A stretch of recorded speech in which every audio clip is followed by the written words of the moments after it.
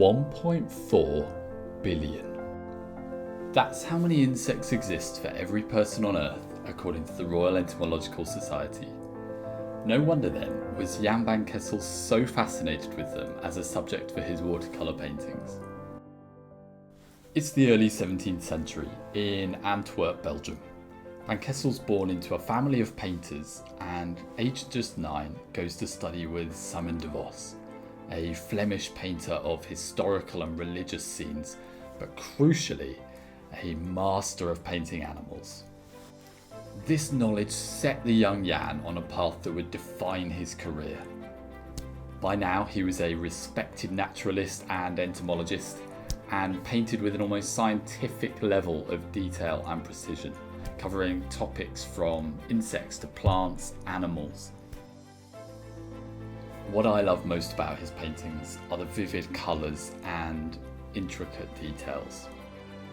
He had a remarkable ability to capture the delicate features of his subjects, from the iridescent shell of a beetle to the soft body of a caterpillar. Van Kessel insects looked like they could crawl away at any second.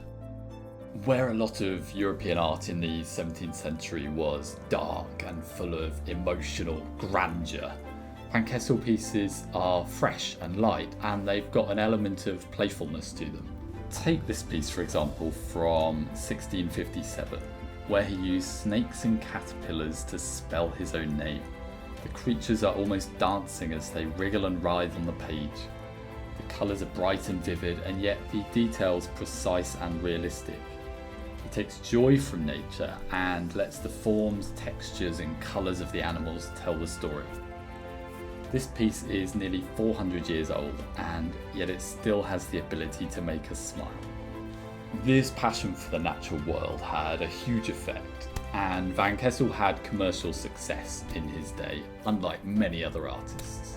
His work was highly collectible across Europe in the 17th century, achieving high prices at auction and forming part of many private collections.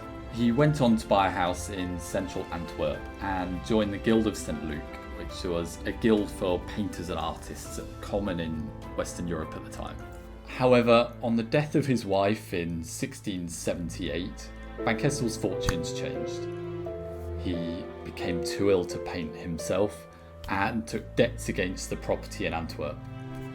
Just a year later, in 1679, Van Kessel dies, aged 53, leaving behind him 13 children. Van Kessel's legacy as a painter and naturalist continues to be celebrated, and his work forms part of many private collections and museum exhibits around the world. I think there are few painters whose work has remained as delightful and engaging for nearly 400 years as Van Kessel. In my view, Van Kessel's work comprises the finest depictions of natural history ever. But I want to know what you think. Let me know in the comments.